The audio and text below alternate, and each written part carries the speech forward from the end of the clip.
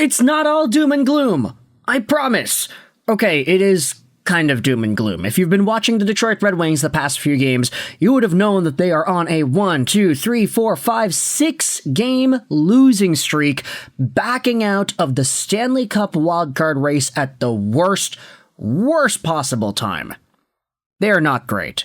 And after the loss 2 nights ago against Ottawa, the other one against Washington where they kind of got destroyed, and then the Utah loss last week before the deadline, that kind of put the nail in the coffin for what is the Detroit Red Wings season. But despite the fact that this team is falling like a meteor down the void of irrelevance in this year's playoff conversation, we still do have some important notes to talk about.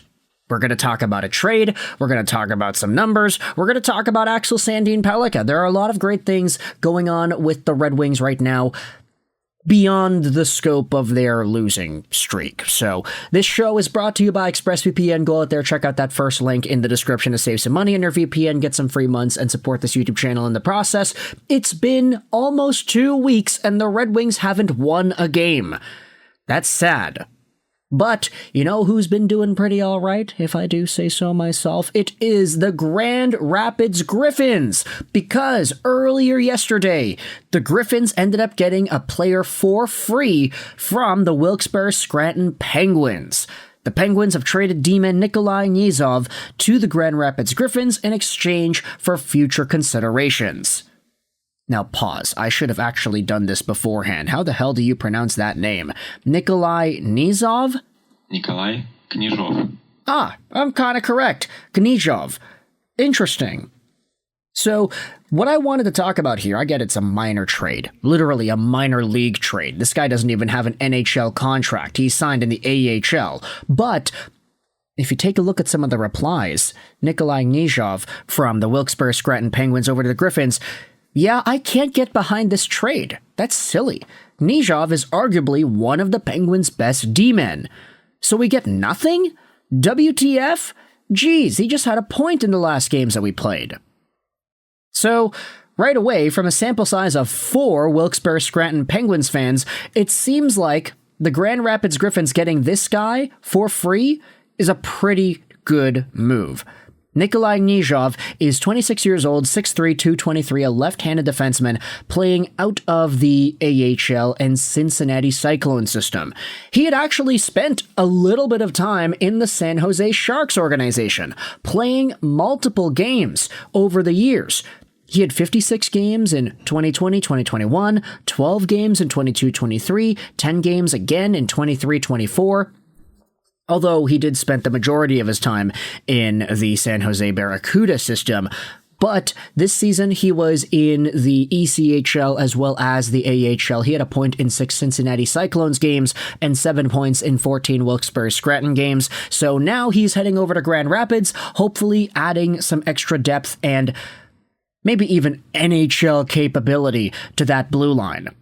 Of course, having however many NHL games played he has had, 81 with the San Jose Sharks. That's not fantastic. He also has a minus 29 in those games, but then again, he's playing for San Jose. It's not really the biggest deal in the world, but this is a pretty underrated pickup, I would say, for the Grand Rapids Griffins and the organization as a whole, even though Knyzhov isn't on an NHL contract. If you're looking at this guy saying, hey, the Griffins got a guy for free, can he play in Detroit? No, he can't. He doesn't have an NHL contract. So this was a piece of news that I did want to go out there and talk about because the Red Wings need some dubs, man. If they're not going to get dubs on the ice, we got to give them dubs with their prospect pool and their farm team. So that's exactly what this trade seems to be. Nikolai Knyzhov heading over to the Grand Rapids Griffins in exchange for future considerations. Now, I wanted to go out there and talk about some other conversations about the Red Wings because take a look at this. It was posted by Brock Sagan the other day.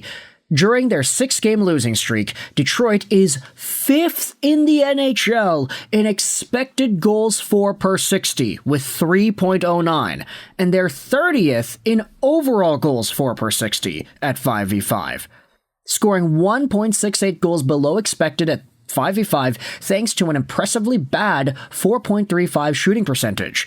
and their power play has not been able to bail them out. They're 2 for 17. What these stats indicate is that the Red Wings are playing really well. They're getting a lot of fantastic chances. They're 5th in the NHL in teams that should be scoring goals, but they're 30th in the NHL in teams that are scoring goals at 5v5. They are scoring 1.68 goals below their expected rate per 60 minutes at 5v5 because of a 4.35 shooting percentage. That is terrible. 4.35? Ay. It's really looking like the Red Wings just got shut out of the wildcard race by fate here. I mean, you can say it's their fault. You can say that they need to convert. Yeah, that's true. But a 4.35 shooting percentage... how unlucky can you get? 2 for 17 on the man advantage as well, 11.8%. That is not good enough for a team trying to get back into the postseason. Let's go out there and read some of the comments on the R Red Wings subreddit about this very talking point. Perhaps scratching Berggren off the power play was the wrong call. And I don't care if he is theoretically our 6th best D-man, we need to get Hall off the PK and give Tarasenko some quick release drills, because my gosh, it's like he's forgotten he's an elite shooter. As Lalonde would say, our underlying numbers are great. I don't really understand the more advanced stats. Does this mean we're taking a lot of shots, but our shot quality is bad? PDO is luck. If you're scoring less than you're supposed to be scoring, that's bad luck. If you're scoring more, it's good luck. The stats are quite simply saying we have been ridiculously unlucky during this stretch based on shot quality and number of shots and goalies we're facing. We should be scoring at a much higher clip, but we're just having some bad luck. Probably a combination of a little bit of poor shot accuracy combined with goalies playing out of their mind. Like everything else, PDO typically regresses to the mean. If it happens soon, the Red Wings might win a bunch of games by lopsided scores and pull themselves back into the race, although a high PDO might have accounted for one of those previous 7-game streaks. So at the end of the day, the Wings are playing well, but they are just not getting the shots to go in the goal. That's it. Game-breaking analysis there. Goalies are making saves and the Wings are not scoring. Fantastic. But just looking at the analytics and seeing how bad the discrepancy is between the quality of the Red Wings scoring chances and how they're not scoring, that is ridiculous.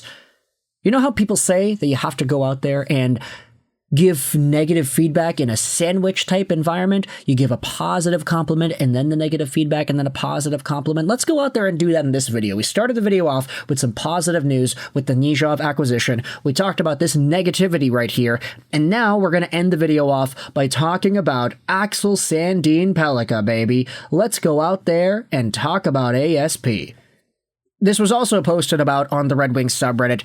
Per Rasmus Kagstrom on Twitter, there is a chance that Axel Sandin Pellikka could make his NHL debut with the Red Wings as early as this spring. The plan right now is for him to finish the season in North America after the Finnish Championship Playoffs. Finnish Championship Playoffs? Should that say Swedish? I'm not too sure. But after the playoffs wrap up in Sweden, or in Europe at least, the plan is to have Axel Sandin Pellikka come over to the Detroit Red Wings and hopefully add an extra element of offensive capability and pizzazz on that blue line. He's actually been doing pretty well, that Axel Sandin Pellikka, and I know we've been saying that the entire year. He's been fantastic.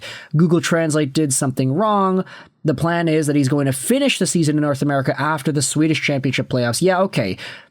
The Finnish Championship Playoffs, nah. Finish. That seems to be where the computer messed up. Would be nice to see Kosa and ASP get a little bit of time on the NHL team to get their feet wet to end the year. They just traded for Mrazek and he is signed through next season. Don't expect to see much of Kosa until 26-27. Let's head out there and look at Axel Sandin Pellikka, because he did score himself, I think, at least one assist in the first game he had in the SHL playoffs this year. Okay, it's not updated yet. But he did have himself a point, which is good to see. Axel Sandin Pellikka is doing some pretty good things, and it looks like he could be coming over sooner rather than later. So with that in mind, I want you to let me know your thoughts in the comment section below about all of these Red Wings news. From Knyzhov getting acquired in the Grand Rapids team, to the crazy stats on the Wings being bad, and then the potential acquisition of Axel Sandin Pellikka coming a lot sooner than we thought. Let me know your thoughts in the comment section below. I hope you enjoyed this video. And bye.